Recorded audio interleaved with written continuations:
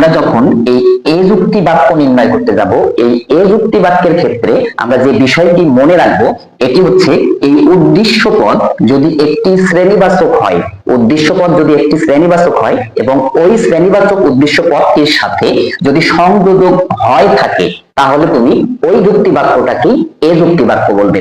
আর এই শ্রেণীবাচক উদ্দেশ্য পদের সাথেই যদি সংযোজক নয় থাকে, তাহলে ওই যুক্তি বাক্যটি হবে ই যুক্তি বাক্য। তাহলে এ এবং ই এর ক্ষেত্রে আমরা যে বিষয়টি মনে রাখবো, উদ্দেশ্য পদ সবসময় হবে শ্রেণীবাচক এবং তার সাথে যদি সংযোজক হয় থাকে তাহলে সেটি হবে এ যুক্তি বাক্য, আর যদি সংযোজক নয় থাকে তাহলে সেটি হবে ই যুক্তি বাক্য।